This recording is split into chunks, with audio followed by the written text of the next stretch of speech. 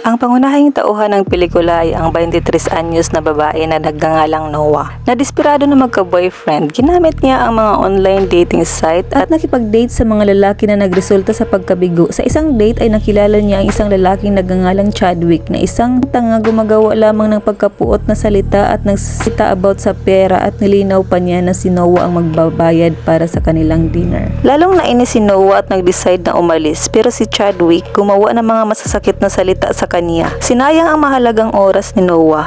Hindi sanay sa ganung pagkabigo at hindi na lang niya ito pinapatulan. Maya-maya sa gym niya, ipinagtapat sa matalik niyang kaibigan na si Molly ang pangyayaring pinaniwalaan niya na siya ay maging tumandang dalaga. Gayunpaman tiniyak ni Molly na ang kanyang Diyos ay magbibigay ng best man para sa kanya.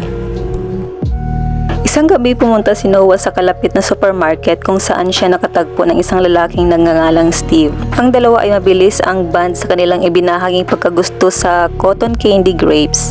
At si Noah ay nadala sa kanyang karisma bago sila umalis at kinuha ni Steve ang kanyang numero. Ibinigay agad ng walang anumang pag-atubili. Sa susunod na araw, kwininto niya ang tungkol kay Steve sa kanyang matalik na kaibigan. Nabanggit ni Noah na siya ay gwapong lalaki at may magandang personalidad. Pero hindi pa siya nag-text, biro ni Molly malamang may asawa na siya. Sa kanyang pag-uwi sa wakas ay nakatanggap siya ng tawag mula kay Steve para ipaalam ang petsa ng kanilang date. Si Noah ay nabigla pero desperado siya na pumayag ng hindi nag-iisip. Nakita niya si Pam at si Tommy, alam niyang itong guy ay may isang malaking winner. Sa kanilang date, si Steve at Noah ay nag-open at nag-share sa kanilang mga background at inihayag na siya ay isang talagang surgeon mula sa Texas. At bago sa bayang ito, sabi naman ni Noah na siya ay kagraduate lang ng college at naghahanap ng trabaho. Nalaman nilang dalawa na wala na silang mga magulang at nakatira mag-isa. Nabanggit din ni Steve na sobrang focus niya sa trabaho at walang panahon para gumamit ng social media. Pinakiusapan siya ni Noah na pumasok sa kanyang apartment. Nagkainitan ang dalawa at nauwi sa isang romantikong oras. Kinaubagahan nagising si Noah na refreshing ang pakiramdam. Ito ang pinakamasayang araw sa mahabang panahon. Lihim siyang kumukuha ng picture ng isang natutulog na si Steve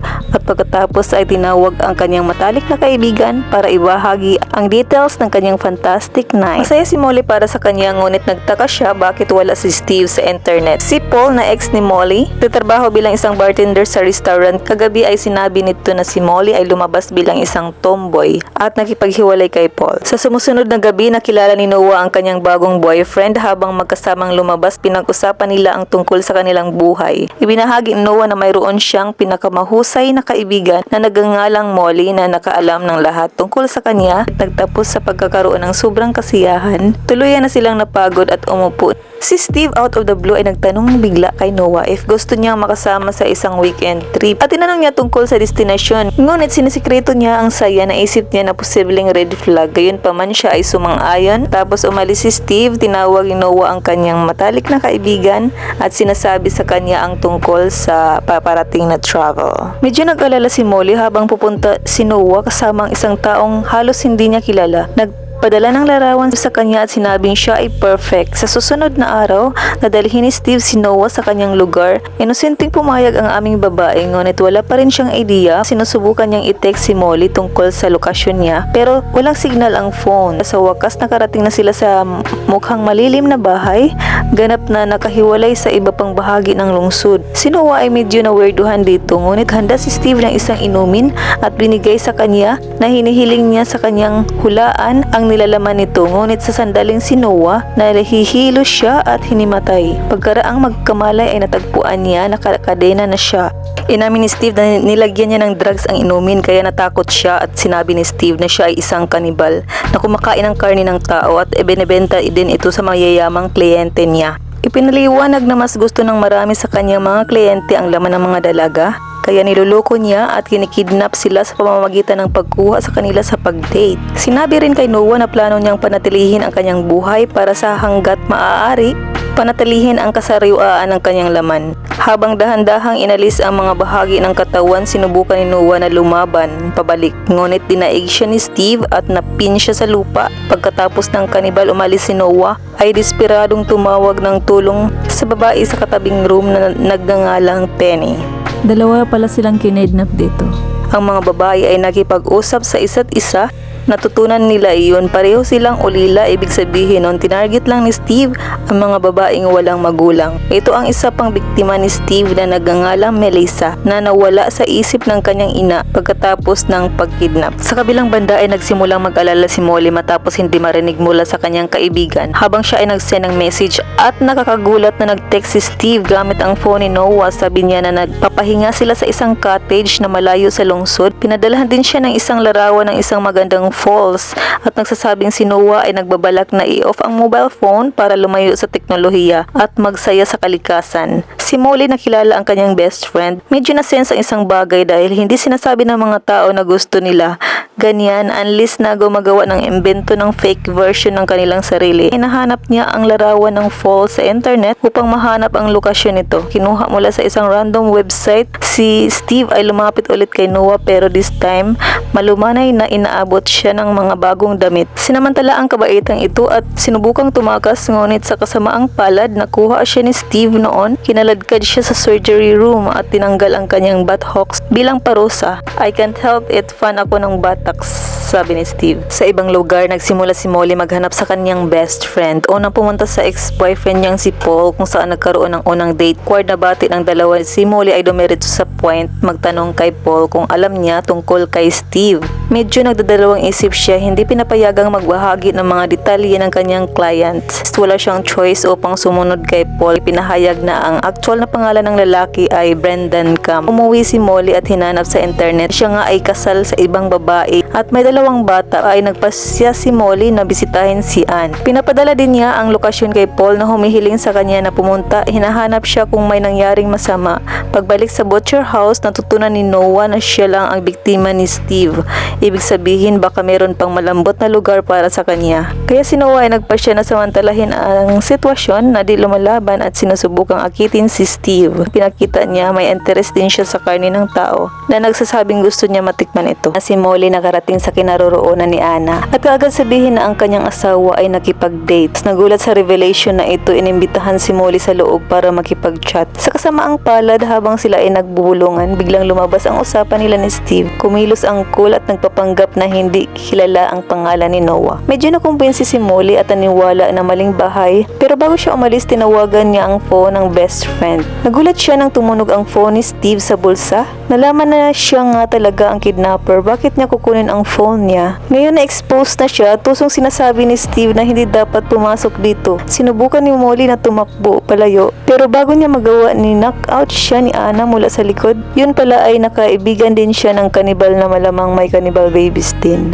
Maya-maya si Steve inilipat si Molly sa kanyang malayong butcher house sa Kakahuyan. Pagkatapos ibumalik siya sa kay Noah, binibigyan siya ng mga bagong damit at imbitasyon. Nagyaya sa kanya para sa hapunan. Kita siyaan sa banyo na nagsisiwalat na siya ay may isang peking binti. San ay isa siya sa mga biktima ni Steve bago naging asawa niya. Sa hapunan may heart to heart sina Steve at Noah sa pag-uusap. Nagtatanong siya kung paano siya napunta dito. Negosyong pinagsasaluhan niya, nakatikim ng karne ng tao sa unang pagkakataon noong siya ay 18. Sa una ay natakot siya nang mahuli ng pulis, ngunit hindi siya makakuha ng sapat na lasa at lumipas ang mga tao, nagkaroon siya ng pananabik para sa karne ng tao. Pinagsaluhan ang hindi pangkaraniwang lasa niya. Kalaunan ay natagpuan niya ang isang komunidad na handang magbayad ng malaking pera para sa bihirang karne na ito. Nalaman niya na siya ay isang human meat trafficker. Inalok si Noah ng laman ng tao. Naiinis siya pero para mapanatili ang pagpapanggap, kinain niya ito ng masayang mukha.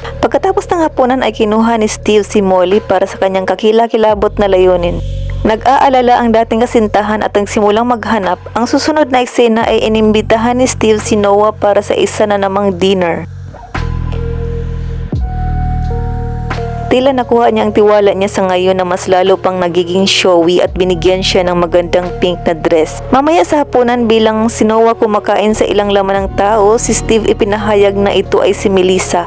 Inaasahang nakakatakot. Pagkatapos ng hapunan ay pinakita sa kanya ni Steve ang isang nakatagong lugar na puno ng mga bagay mula sa kanyang mga biktima na nagpahiwatig na siya ay dinukot at pinatay. Maraming babae bago niya ibunyag isang bagay na nakakadiri sa kanyang mga kliyente talagang gustong magkaroon magkaroon ng mga gamit ang mga babaeng kinakain nila. Nakita ang telepono ni Molly sa sulok nito, nagpaparamdam sa kanya na ang kanyang matalik na kaibigan hinahanap siyang. Ang galit na si Noah ay nagpasya na kumilos. Sa ngayon alam niya na kaya ni Steve baguhin ang kanyang kilos anumang araw, kaya siya ay kumilos siya ng mabilis, naglakas siya ng loob at nag-request ng sayaw. Nakagulat na sumang-ayon ito at tinanggal pa ang posa na humahantong sa kanyang room sa pagkukunwari ng kasiyahan. Sa halip na bigyan siya ng isang magandang oras, ay brutal na kinagat niya ang kanyang boss. Saka nagmamadaling kinuha ang susi at tumakbo palayo. Steve, namimilipit sa sakit, agad niyang narating ang compartment kung saan naroon ang iba pang mga biktima.